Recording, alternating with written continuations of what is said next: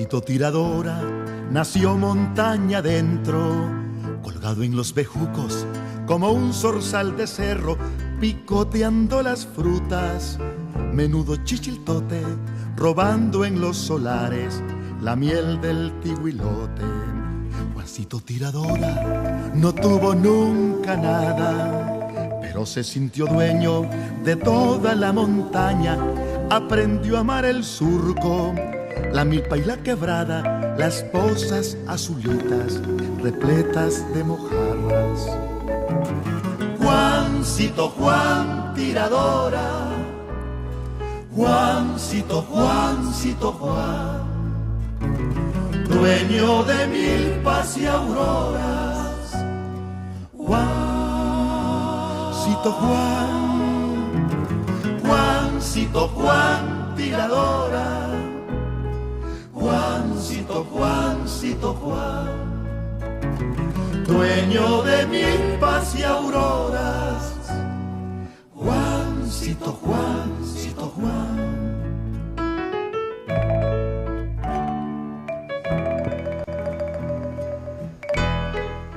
Buenas noches.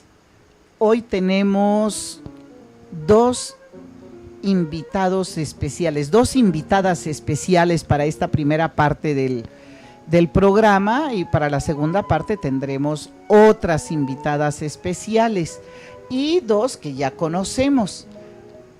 Muchas gracias a tutvmx.org, muchas gracias a los compañeros de producción. Están hermosos los chamacos. No digo sus nombres porque a mí siempre se me olvidan los nombres, ¿no? Entonces yo creo que cada quien al participar va a dar su nombre. La semana pasada estuvimos hablando generalidades también sobre educación y sobre lo que nosotros pretendemos, ¿no? En la multiversidad baleológica, lo que pretendemos con la baleología, que está íntimamente relacionada con los derechos humanos y está íntimamente relacionada también con el concepto de desarrollo humano más cercano a la noción de Amartya Sen, aun cuando no es lo mismo, ¿sí? Insistimos en que se trata de una nueva disciplina científica, la baleología. En uno de los videos que teníamos la semana pasada, o que observamos la semana pasada, se planteaba que la diferencia entre los países ricos y los países pobres no depende ni de la tierra, ni de la lluvia, ni de la superficie, ni de muchas cosas que a veces nosotros creemos, sino precisamente de la educación. Y por eso precisamente es que nosotros le damos tanta importancia a la educación, a que nuestros niños aprendan a pensar, a que nuestros niños enriquezcan su vocabulario. En este enriquecimiento del mundo espiritual de las personas, en el video de la semana pasada se decía que los países que han evolucionado significativamente en el mundo es porque han adoptado como principios de vida la ética como principio básico, que nosotros la hemos olvidado prácticamente por completo. La integridad, y la integridad se refiere a todo, la integridad en todos los sentidos, la responsabilidad, que nosotros sí hacemos honor a la responsabilidad, porque somos responsables en todo, somos responsables en la casa, somos responsables en la escuela, somos responsables en el cuidado de los hijos, somos responsables en hacer nuestras tareas. Yo creo que el pueblo más responsable en el mundo es el pueblo mexicano. Entonces, sintámonos orgullosos de esa gran responsabilidad que nosotros exhibimos, y por eso es que estamos tan avanzados. El respeto a las leyes y reglamentos.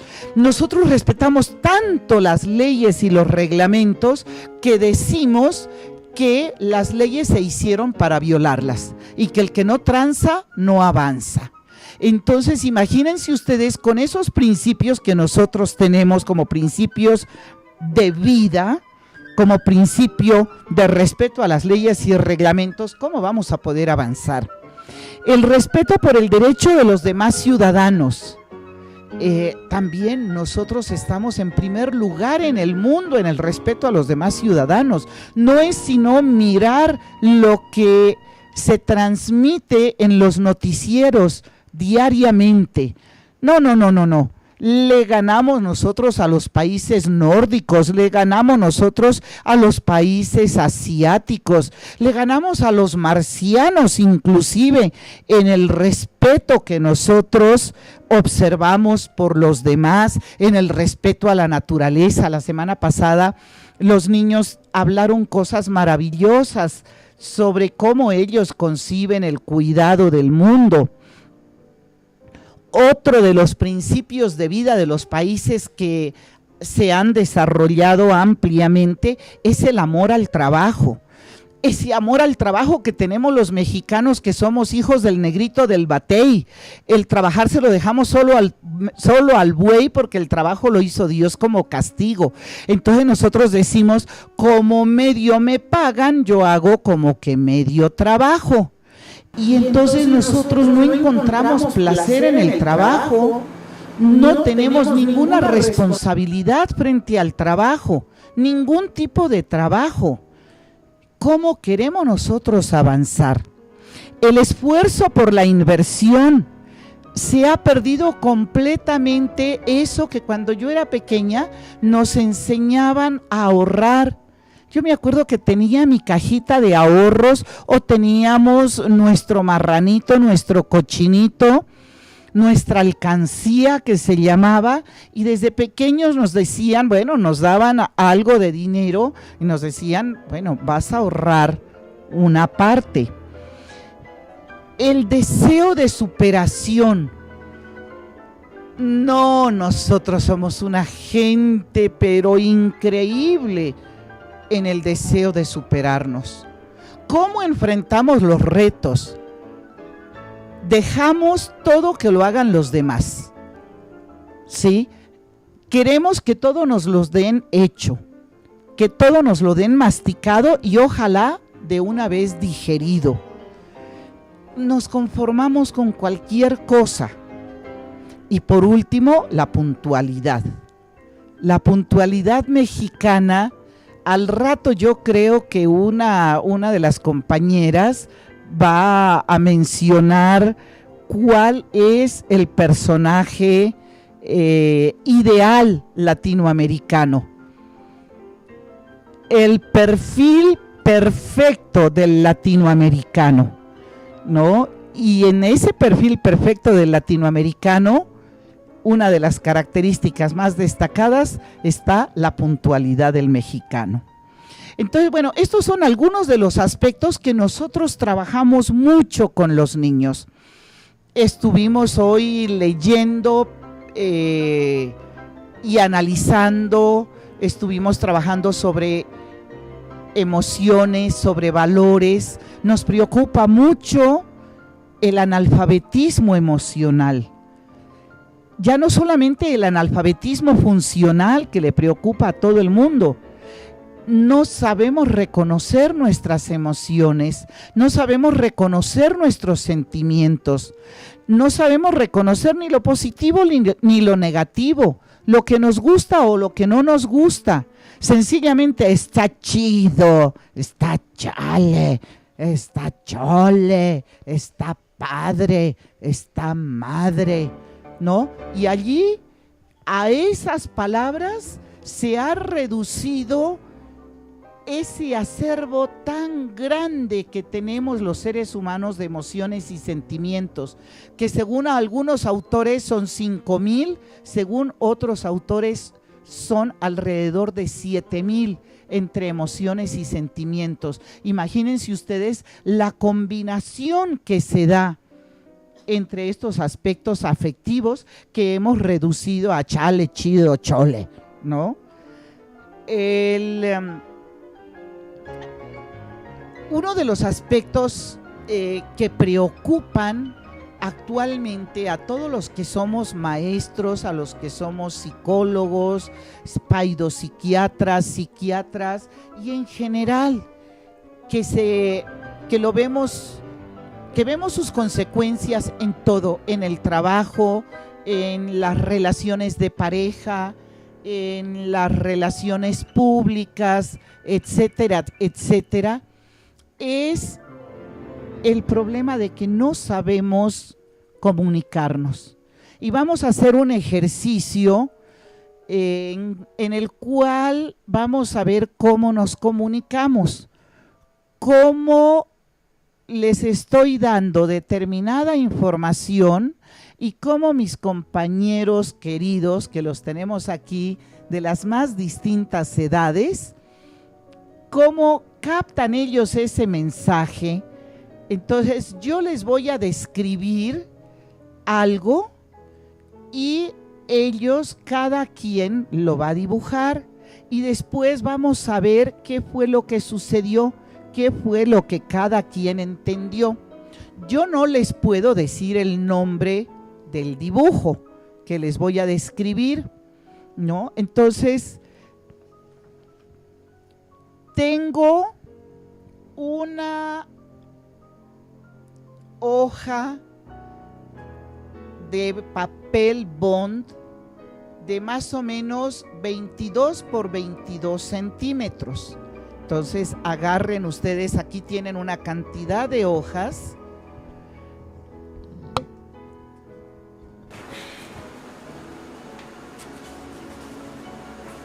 Allí tienen ustedes los lápices.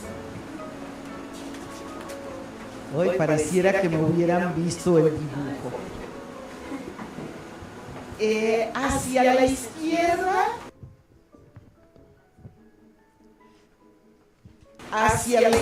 es que tengo que no sé dónde poner mi dibujo para que ellos... O ciérralo y míralo. Ciérralo y míralo, no, porque yo tengo que ir escribiendo. Bueno, ¿ah? Si no se traspasa y me lo van a leer. Bueno, quedan unos márgenes muy pequeños. El margen superior tiene cerca de medio centímetro, el inferior tiene unos 2 centímetros y medio, el margen que queda a mi izquierda tiene aproximadamente 1 centímetro y también el de la derecha. Casi en el centro, pero vencida hacia la parte inferior, hay una figura en color rojo con bordes negros que parece un corazón, pero no termina exactamente en punta como estamos acostumbrados a dibujar un corazón, sino que en la parte inferior tiene una pequeña entrada. La distancia entre los dos extremos horizontales, bueno, entre la distancia horizontal de la parte más ancha, que es la de arriba, es más o menos de unos 10 centímetros. Abajo son cerca de 5 centímetros. Arriba hay una hendidura, podría decir, que hace que la parte izquierda sea un poco más alta que la derecha. Abajo están más o menos, también hay una pequeña hendidura, pero no es tan amplia como la de arriba.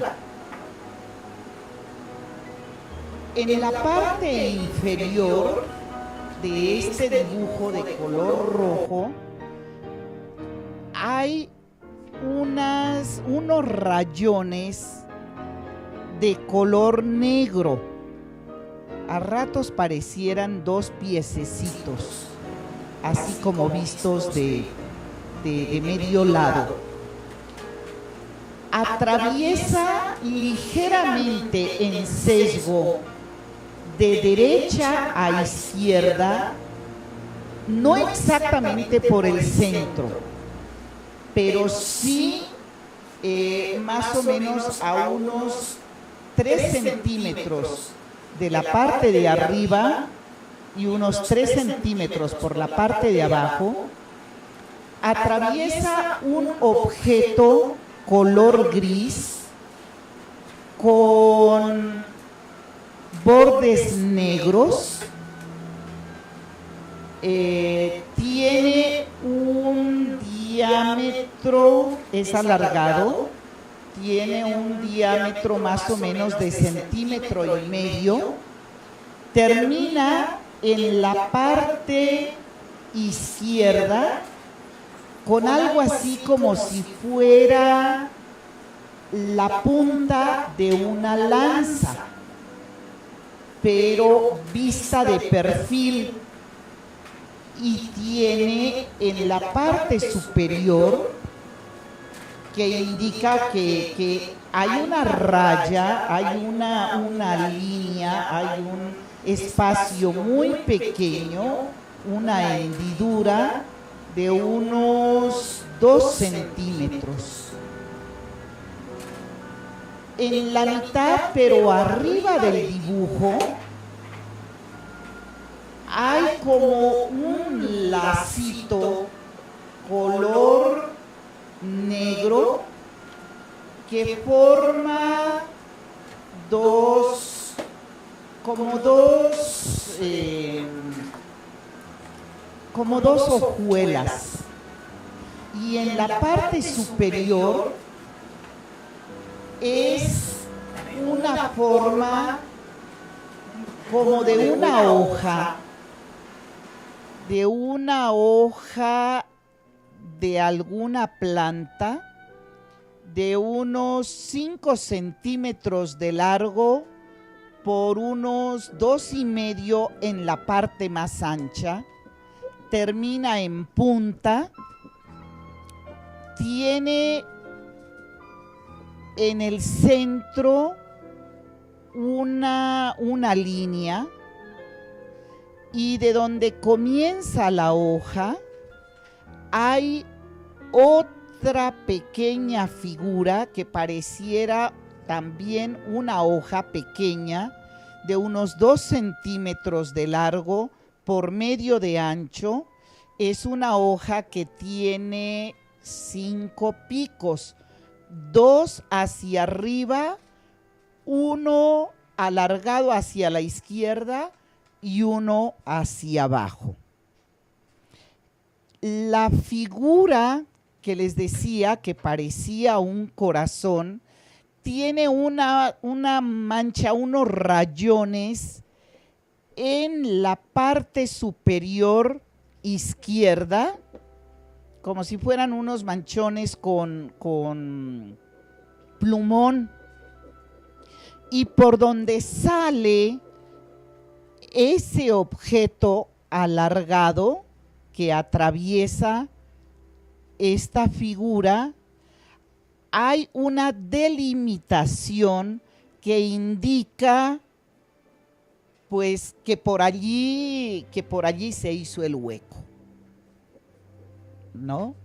Vamos a ver entonces qué fue lo que dibujamos. Ya nos queda muy poco tiempo. El dibujo es este.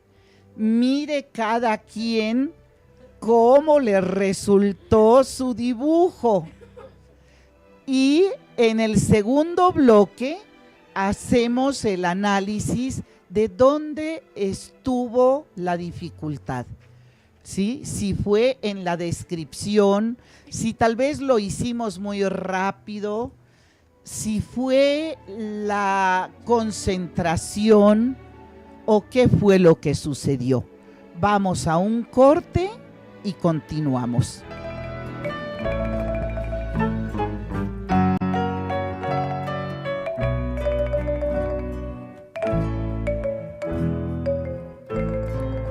Tu corazón de pájaro no conoció fronteras, pero olvidé decirte que de otros es la tierra. Mordió tu sangre dulce la bala de un cobarde, lloraron los pocollos cuando cayó la tarde. Ahora que ya nadie tu libertad limita, para en las noches tu enorme puntería, vas derribando estrellas que caen en el río, y luego de enjuagarlas las metes al bolsillo.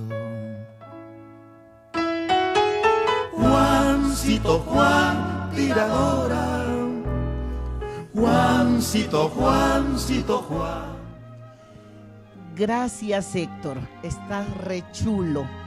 Un saludo muy cordial. Lástima que si yo tuviera 50 años menos, no te dejaría dar un brinco, pero tengo 67 años.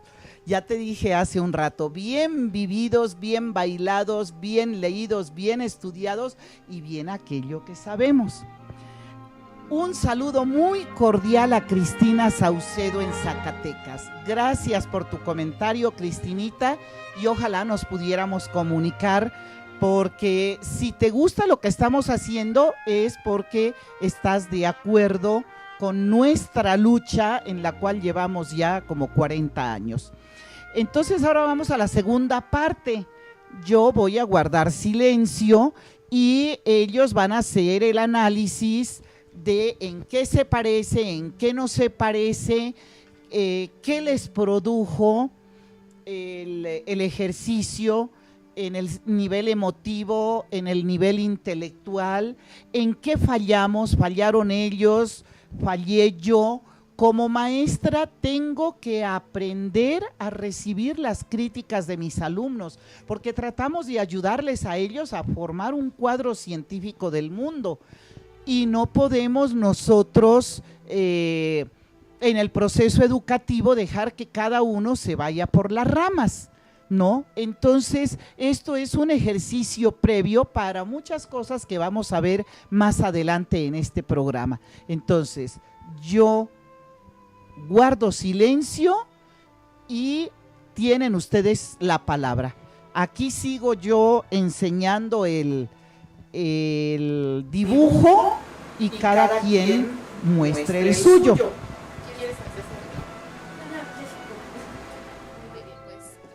Les muestro mi dibujo. Como podrán observar, yo sí me tomé muy literal lo que era un corazón. No hice la parte de la hendidura de abajo y la inclinación de la pluma pues no era la adecuada. Admito que en eso yo fallé, pero llegó un momento en el que sentí que Medi daba unas explicaciones demasiado, pues hasta cierto punto complejas. Abiertas. Entonces me costaba un poco entender qué era lo que quería que dibujáramos, pero creo que dentro de lo básico, pues más o menos tenía la noción. Bueno, mi dibujo fue en el tamaño, pues no se parece mucho. Yo le quise entender mucho a Medi en el tamaño que dijo, que en la parte central, pero un poco más pegado a la parte inferior. En la posición de la pluma la hice un poco chueca, ahí fue mi culpa. Y por ejemplo, en este gancho que se ve acá, Medi dio una explicación que ahí no le entendí. Casi también acá mi compañera no le entendió. Algunas explicaciones que dan los adultos no las entienden los niños, porque no tenemos esa capacidad de desarrollar más palabras que tienen los adultos. Por ejemplo, en la mancha que dijo Medi que hiciéramos pegado a la parte superior izquierda, yo no me di cuenta de que dijo pegado al borde de la manzana, y yo lo hice en diagonal, uniendo las dos partes del corazón, y la hoja de 5 picos que dijo Medi, y la hoja normal con la raya en medio que dijo. Pero ahí hiciste trampa, Ajá, porque tú bueno. lo pintaste verde y yo no dije el color de la hoja. No había dicho el color. Y también cuando Medi tenía el folder así, por la reflexión de la luz, se veía el tamaño de la hoja inmediatamente. Y como coincidían en tamaños y se veía el reflejo, ya elegí esa, y después los que están acá empezaron a agarrar la misma hoja, no sé por qué, pero tal vez tuvieron copiones. tuvieron el mismo presentimiento que yo, copiaron. Ajá, muy bien, acepto las críticas. Por acá, a ver, mijita. Yo diría que hubiera sido más útil la descripción de como la flechita, que parecía una zanahoria. Yo la hice como un popote. Tú la hiciste como un popote. ¿Y a ti esto te parece una zanahoria? Sí. Ah, bueno. Pero toda la manzana con todos los detalles parece un cañón. Porque las patas parecen las ruedas y lo que dije que era un popote parece el cañón en donde dispara. Bueno, en relación a lo que sentí, la verdad sí me sentí estresada y me perdí desde el momento en que daba la instrucción de qué lado iba y la distancia. Ahí sí como que me perdí. Y bueno, pues creo que lo que me provocó el estrés, o lo que me provocó el estrés o la distracción, fue que en ese momento reflexioné qué es lo que hago. Y que en muchas ocasiones hago eso, ¿no? Que como maestra estoy pensando que los otros saben qué estoy pensando, ¿no? Y entonces es la dificultad para explicar a los otros lo que yo tengo en la mente. Por eso me parece muy importante el tener el que tú estabas describiendo de acuerdo a un dibujo que ya estaba para después comparar, ¿no? Sí. Y bueno, y en el nivel emotivo, ¿qué les produjo? ¿Qué emociones les produjo el ejercicio? Desde el comienzo hasta el final, incluyendo el análisis que estamos haciendo ahora y la crítica que ustedes me están haciendo como maestra. Bueno, desde el principio del dibujo, si fuera así normal, me produjo un poco de nerviosismo en las manos, y tenía duda de, por ejemplo, en las medidas que nos dio Medi y respecto a la posición de la pluma que decía, y fue una emoción de nerviosismo y al mismo momento de duda para mí, porque yo nunca había trabajado de ese tipo, de que nos dan una descripción de un dibujo y luego nosotros la tenemos que dibujar conforme nosotros le vayamos entendiendo. Ajá, y el tener que criticar al adulto, a tu maestra, en este caso que soy yo, ¿qué te hace sentir eso? ¿Qué te hace pensar? El ejercicio en total, ¿qué te hace pensar? Bueno, pues yo pienso que ahí sí no lo describió mal. en todo tuvo razón, solo que en algunos aspectos hasta los adultos se pueden equivocar dando descripciones para que los niños les dibujen. Por ejemplo, que hace un rato nos estaba comentando en los comerciales que es como gancho doble acá o dos hojitas chiquitas que no supo cómo describirlo. Hasta a veces los adultos tenemos dudas. No tienen, porque tú tienes 10 años nada más, mi vida. Bueno, tienen dudas o también pueden tener nerviosismo al dar las explicaciones, porque todo ser humano tiene que tener, ningún humano es perfecto en el mundo. Ay, te lo agradezco, mi cielo. Por algo eres mi hijo intelectual. Bueno, pues creo que a mí, igual que a Maru, me causó un poco de desconcierto en un inicio, porque estaba pensando, ¿no?, en tratar de unificar mi criterio con el de Medi, cosa que no es nada fácil, porque cada quien tiene pues una concepción distinta de las cosas, ¿no? Y precisamente intentar que con base a lo que tenemos en nuestra cabeza podamos unificarlo y sacar una imagen como resultado, pues es muy difícil. A mí me parece interesante lo que menciona Fer, de que ella lo ve como un cañón, porque pues quiero pensar, ¿no? Entonces, ¿qué hubiera pasado si Fer hubiera tenido que describir el dibujo?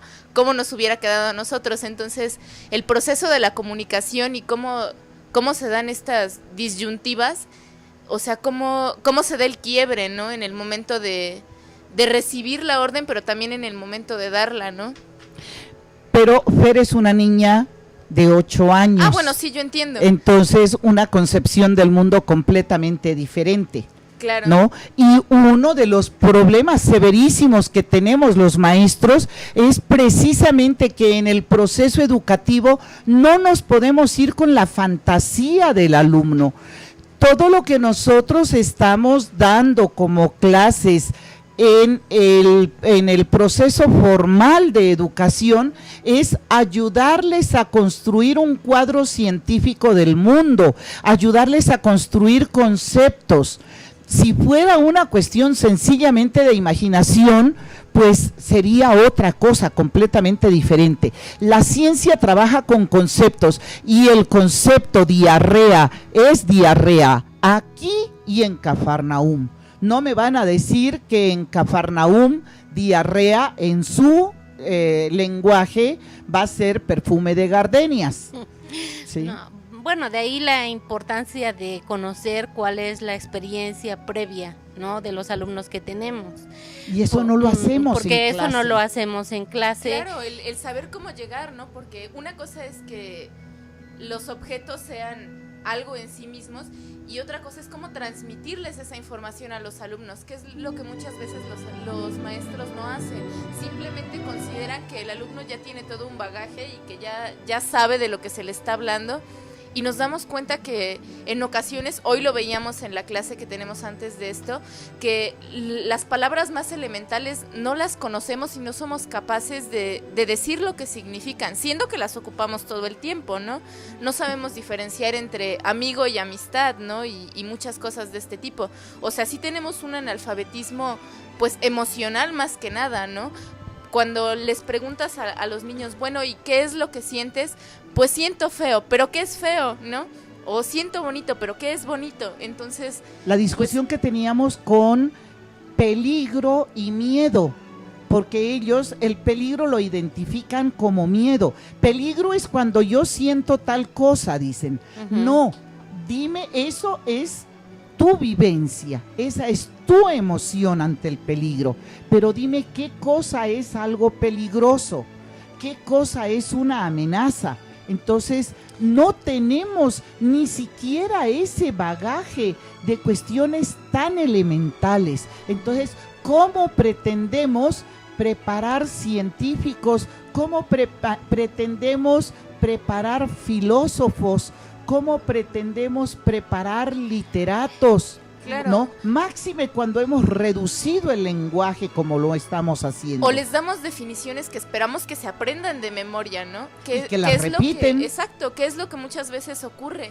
Que los niños ya no razonan lo que están diciendo, sino que te dicen lo que en la escuela les han enseñado. Y cuando tú les dices, bueno, ¿y qué es lo que me estás diciendo? A ver, explícamelo con tus palabras. Son incapaces de volver a estructurar esa idea y pareciera que la tienen muy clara, ¿no? Bueno, yo sí quisiera aquí mencionar que, yo creo que los niños sintieron menos nerviosismo que los adultos. Sí. Que nosotras dos, ellos sintieron menos nerviosismo porque como que están más abiertos. De ahí la importancia de que se empiece desde la primera edad con este tipo de enseñanza, porque cuando ya estamos más adultos, pues nos da miedo de que no va a quedar bien, o sea que no va a quedar perfecto lo que se está haciendo y qué van a pensar. O sea, el comunicar también tiene que ver con qué pierdo en cuanto hablo y lo que hablo. Vamos a un corte y continuamos con el último bloque. Se despiden, tú te despides de este bloque, ¿no? ¿Tú también o te quedas para el siguiente bloque? Juancito Juan, tiradora. Juancito Juan, dueño de milpas y auroras. Juancito Juan. Juancito Juan, tiradora. Juancito Juan, dueño de milpas y auroras. Juancito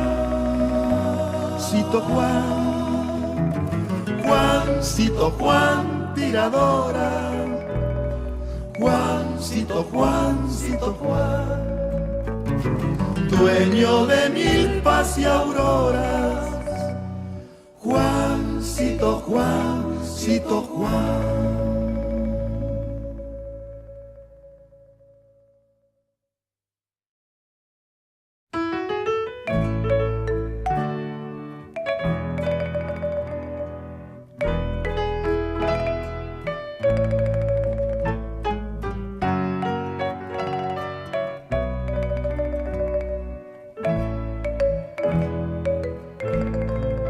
Juancito tiradora nació montaña adentro, colgado en los bejucos como un zorzal de cerro, picoteando las frutas, menudo chichiltote, robando en los solares la miel del tihuilote.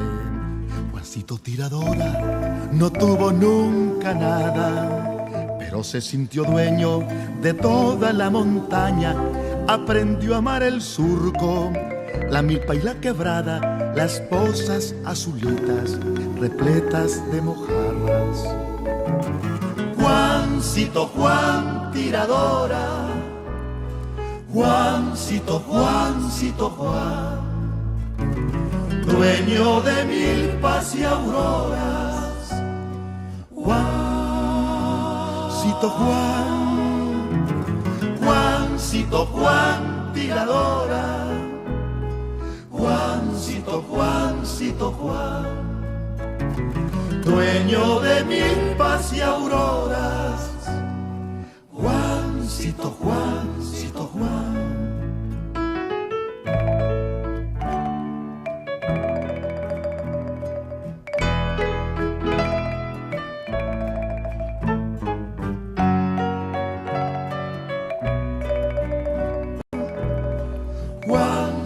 Juancito Juan, dueño de milpas y auroras. Juancito Juan.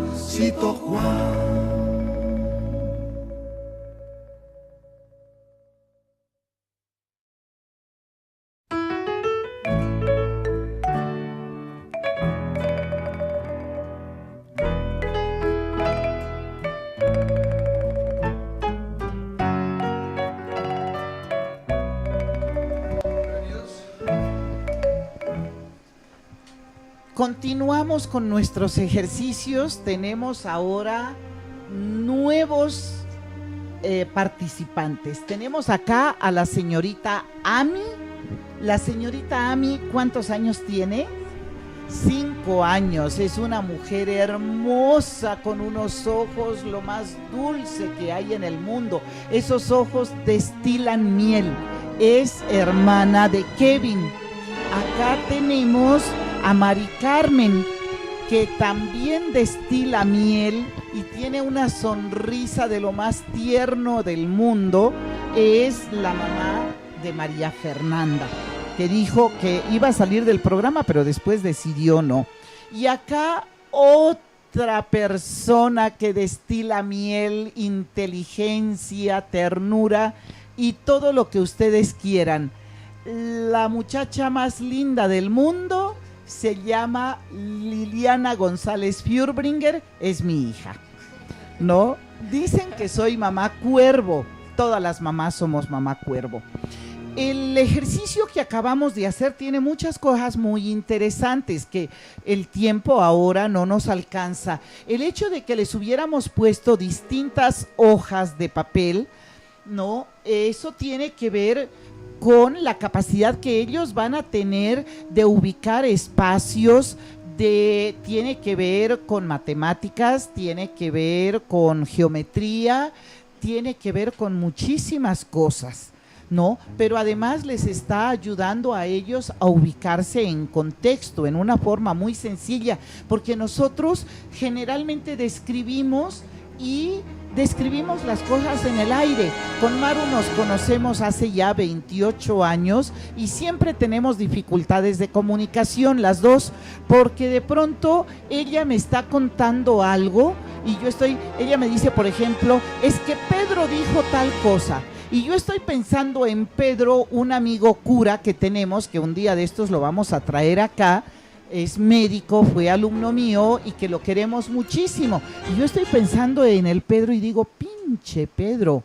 Y resulta que no, que ella está pensando en otro Pedro, ¿no? Y entonces le digo, ¿pero cómo? ¿Pero cuándo? Y ella me dice tal cosa y yo le digo tal otra. Y no logramos comunicarnos porque no nos hemos ubicado en el referente, no nos hemos ubicado en el contexto. Bueno, y así sucesivamente, ¿no? En lo que nosotros acabamos de ejercitarnos, tiene mucho que ver con la formación de conceptos. La ciencia trabaja con conceptos, el arte trabaja con imágenes.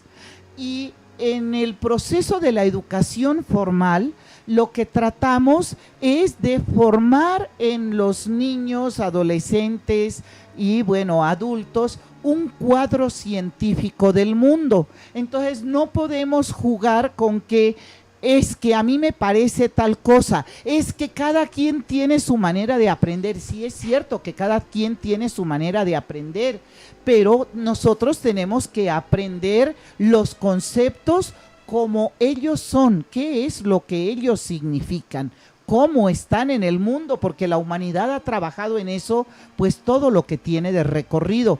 No sé, a mí me gustaría que sobre la base de sus experiencias y el ejercicio que acabamos de hacer como mamás, como maestras que somos, que cada quien comentara lo que ustedes a bien tengan sobre el tema que estamos nosotros mirando ahora. Bueno, pues yo estoy de acuerdo aquí con Maru en que como adultos yo estaba aquí atrás y me entró ansiedad, me dio desesperación, me perdí en el dibujo, pero yo vi que los niños salieron a flote, o sea, sí vi a Fernanda que estaba así como que, pensé que estaba desesperada, pero no, ya cuando vi, pensé que no había hecho nada, porque la veía así y salió, o sea, supo resolver, ¿no? Y claro, también tiene que ver el tipo de relación que el maestro establece con el alumno. Que se sentía en confianza, sí. Que no sentía el estrés, ¿no? Que podíamos sentir en otro, pero a mí sí me pasó, o sea, y a veces yo estaba afuera. Entonces yo creo que sí tiene que ver mucho el hecho de que como ellos están aprendiendo a resolver, ¿no? En un ambiente de estrés, resolver. Y a mí me pasaba anteriormente que yo cuando me estresaba tronaba, o sea, no podía resolver. Y a base de muchos ejercicios, a base del trabajo, aprendí y me enseñó mi jefa a que tengo que resolver, pero en la escuela no, en la escuela era que en un examen de repente si me estresaba ya no lo podía resolver, ¿no? Pero qué bueno que ellos están teniendo este tipo de ejercicios para que cambie, ¿no? Que esta generación tenga un cambio. En el proceso educativo, los maestros producimos muchísimos traumas psíquicos que se llaman didactogenias. Es decir, en el proceso educativo, en lugar de favorecer el desarrollo del pensamiento y de las emociones intelectuales y sentimientos intelectuales, muchas veces los maestros lo que hacemos es bloquear precisamente ese desarrollo del pensamiento y de las habilidades intelectuales en general. No sé, Liliana, tú tienes una gran experiencia en este sentido. En relación al ejercicio que realizaron, yo creo que de las observaciones que a mí me gustaría hacer es que además del que se pone a prueba la capacidad de la persona que está dando las instrucciones, se pone a prueba también la capacidad de la escucha, ¿sí? Y van involucrados lenguaje, lateralidad, atención, motricidad, todas las áreas habidas y por haber que se necesitan para… Comunicación no verbal. Por supuesto, también la comunicación verbal y no verbal, ¿no? Todas las áreas que se necesitan para construir y para desarrollar se ponen en juego, ¿no? Están involucradas. Entonces, para mí es un ejercicio muy interesante, muy enriquecedor.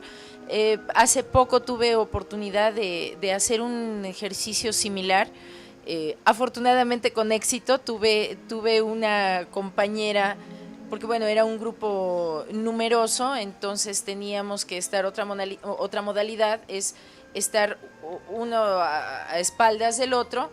Una ve la indicación, el dibujo, y le da la indicación a la otra. Fue muy interesante. Creo que con esta niña existía una buena comunicación, había facilidad de palabra por parte de las dos y se dio con éxito, ¿no? Y a mí me parece importante mencionar, ¿no? Por ejemplo, lo que decía la mamá de Marifer, que no desarrollamos esa tolerancia a la frustración, ¿no? Como adultos nos resulta más difícil poder aceptar cuando estamos fallando, cuando no somos capaces de interpretar la información que se nos da. Y al niño le cuesta trabajo a veces, pues, hacer hincapié en que también el maestro falla, ¿no? Y como maestro, pues aceptar que uno tiene errores y que no es capaz de transmitir la información, pues es importante, porque ahí hay un quiebre, ¿no? En el proceso de comunicación y se dan todas estas didactogenias.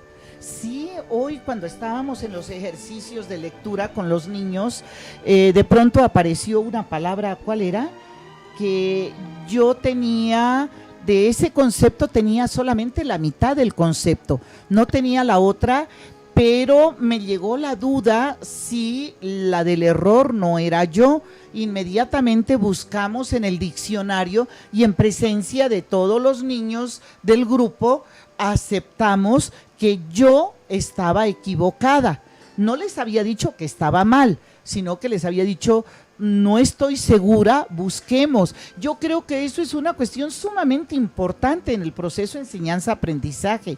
No pretender ser uno dogmática, no pretender ser una quien sabe todo y ellos los que no saben nada, sino que juntos estamos construyendo el conocimiento. Y aun cuando no era una palabra exótica, no era una palabra rara, era una palabra común y corriente, en este momento no recuerdo cuál era, pues entre todos solucionamos el problema y no hubo, fue un ambiente como que los niños sintieron alegría, como que los niños se sintieron más seguros de ellos mismos para seguir queriendo averiguar el significado de las distintas palabras, porque trabajamos con ellos es a nivel conceptual. Claro, también jugamos, imaginamos, hacemos dibujos, distorsionamos la realidad, etcétera, ¿no? Maru, tú fuiste alumna mía hace muchísimos años, ¿sí? Y muchas de tus alumnas fueron alumnas mías también, y siempre fui vista como una maestra terrorífica. Bueno, no tanto así. Yo creo que lo que mencionaban es que efectivamente les hacías pensar, y que el hacerles pensar era caer en cuenta que tenemos muchos vacíos y que tenemos muchas, pues que trabajamos sobre muchos supuestos, porque en el caso nuestro, por ejemplo, que empezamos con un nivel técnico y después solamente hicimos un complementario para nivelar, de alguna manera, pues no es lo mismo de una persona que ha llevado metodología desde un principio, ¿no? Porque nosotros trabajábamos las cuestiones técnicas, nuestro objetivo final era realizar tareas, ¿no? Entonces éramos más así como prácticas que no consideramos la parte teórica. Entonces las compañeras sí creo que lo que comentaban es que veían algo raro, porque de pronto salían como con dolor de cabeza, decían, ¿no?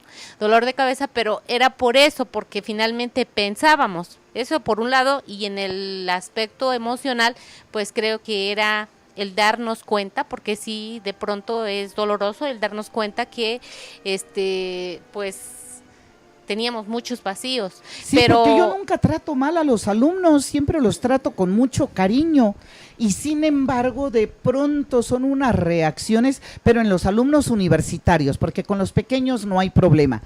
Ellos aceptan los errores y ellos aceptan las indicaciones. Casi no les manejo el no, casi nunca les digo está mal, siempre estoy preguntando, a ver, ¿quién tiene otra opinión? A ver, piénsalo más, a ver, si lo vieras de tal manera, a ver, busquemos en el diccionario. Pero con las alumnas a nivel universitario, una de las quejas que frecuentemente han tenido conmigo o acerca de mí es que las considero ignorantes porque les obligo a usar el diccionario. Bueno, pero ahora también yo creo que una de las cuestiones que se están promoviendo dentro de la universidad es precisamente la utilización de las nuevas tecnologías. Entonces ya muchos alumnos tienen la computadora en el salón. Entonces les digo, bueno, ¿por qué no vamos haciendo de una vez el glosario? Porque a veces pero en la computadora consulta uno los diccionarios también.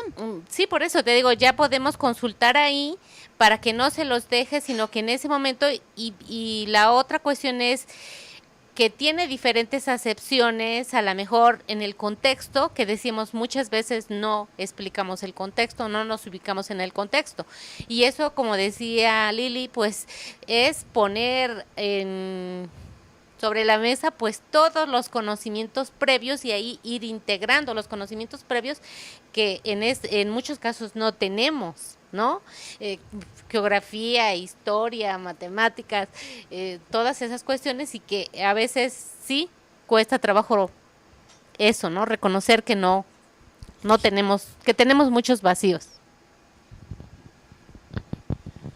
Bueno, pues en relación a la educación y a los comentarios que hacía Maru, nuestra compañera, efectivamente vacíos hay muchos, pero hay manera de abordar esta situación. Hay formas, y no son sofisticadas, de estimular el desarrollo de los chicos, ¿no? Tenemos que empezar con los pequeños. Ya maduritos ya estamos bastante echados a perder, pero efectivamente hay propuestas Y bueno, en este caso, Horizontes Baleológicos y Multiversidad Baleológica trabaja arduamente en esto, ¿no? En desarrollar un sentido crítico, en despertar la curiosidad, en estimular el raciocinio, ¿sí? Y precisamente lo que dice Maru, la capacidad de asombro, ¿no? Para que el mundo nos siga pareciendo interesante, para que el mundo nos siga pareciendo atractivo y para que seamos capaces de transmitirles a los chicos toda esta curiosidad y este interés por el conocimiento. Y el gusto por la vida misma, ¿no? Que el gusto por la lectura, el gusto por la discusión, la discusión no viéndola como que yo ahora te voy a apocar, ¿no? Y yo ahora me voy a sentir Juan Camaney. No, sino bueno, yo veo esto así, ¿por qué lo estoy viendo de esta manera? ¿Cómo podría verlo de otra manera? Y, por ejemplo, en las clases que tenemos con los niños, claro, son grupos pequeños, 10, 12, máximo 15 niños, porque más ya es prácticamente imposible. Y con ellos analizábamos hoy, a mí me gustaría que tú hicieras, repitieras un poco de lo que hoy comentaste sobre la importancia que tenía de que fuéramos tan pocos para poder analizar y comprender lo que estábamos leyendo. Bueno, de lo que habló Medi en la clase de hoy, salió un comentario de que es muy importante, por ejemplo, en las escuelas públicas o de paga, los maestros no le prestan atención a cada uno porque tienen que darle la ocupación a todo el grupo. Pero, por ejemplo, en grupos de 10 niños o menos, ahí le dan cada opinión o les prestan más atención a los niños. Y en las escuelas, cuando ya hay más alumnos en los salones...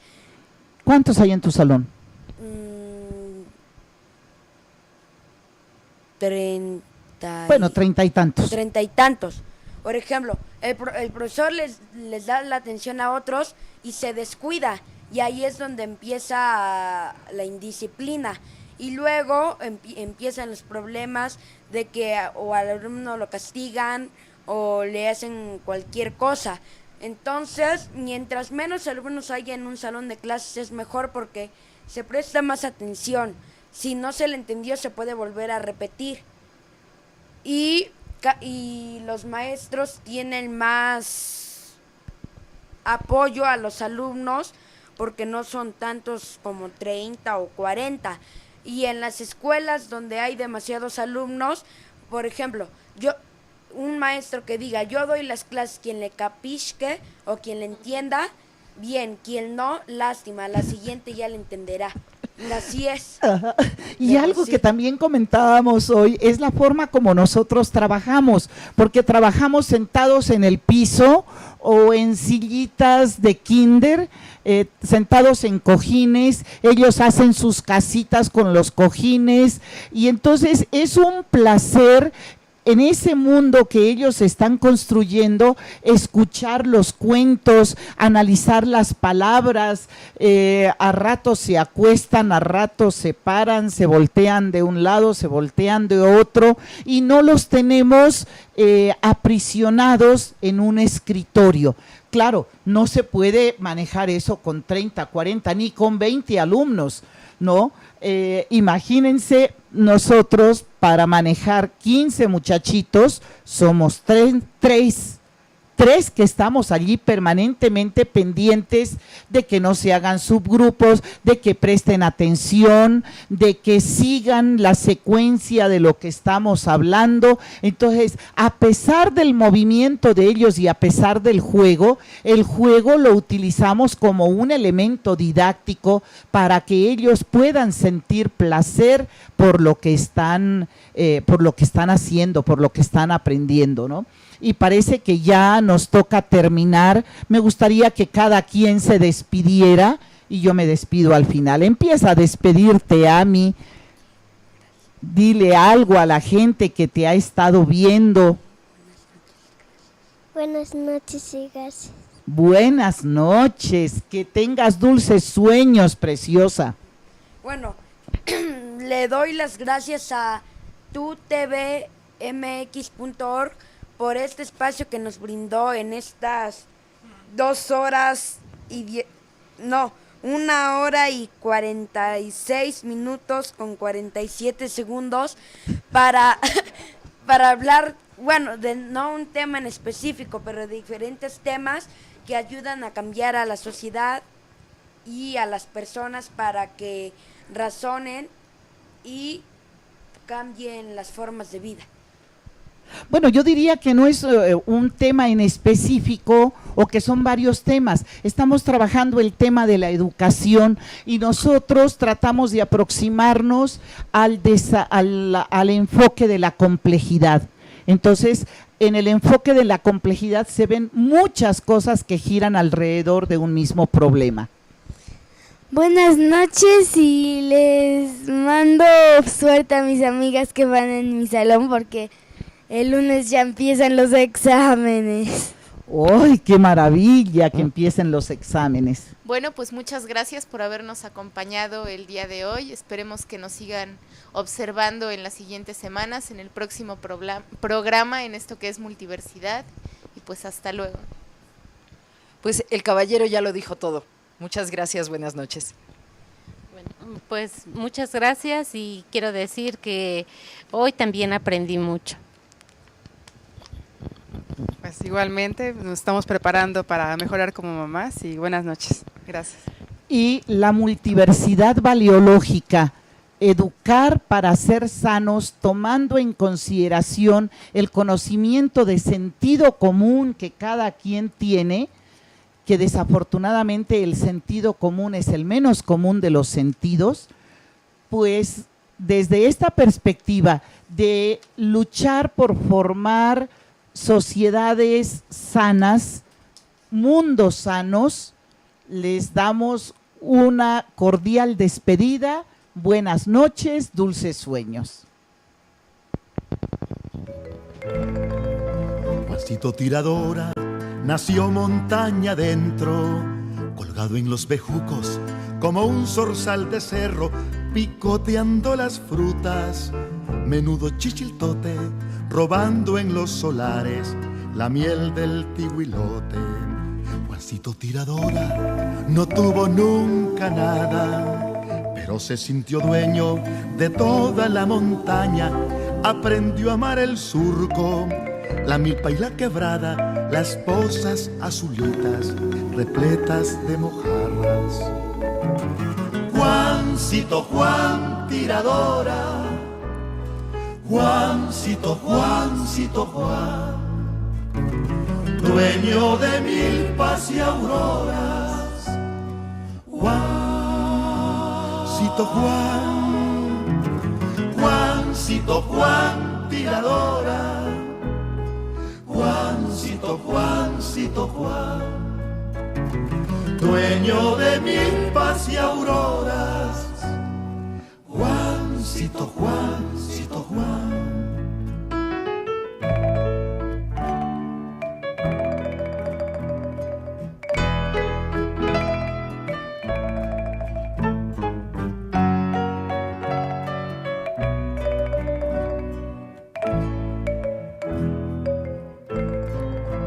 Corazón de pájaro no conoció fronteras, pero olvidé decirte que de otros es la tierra. Mordió tu sangre dulce, la bala de un cobarde, lloraron los pocoyos cuando cayó la tarde. Ahora que ya nadie tu libertad limita, practicas en las noches tu enorme puntería, vas derribando estrellas que caen en el río y luego de enjuagarlas las metes al bolsillo. Juancito Juan Tiradora, Juancito, Juancito Juan, dueño de milpas y auroras. Juancito Juan, Juancito Juan tiradora, Juancito, Juancito Juan, dueño de milpas y auroras, Juancito, Juancito Juan, Juancito Juan tiradora, Juancito, Juancito Juan, dueño de milpas y auroras, Juancito Juan, Juancito Juan tiradora, Juancito, Juancito Juan, dueño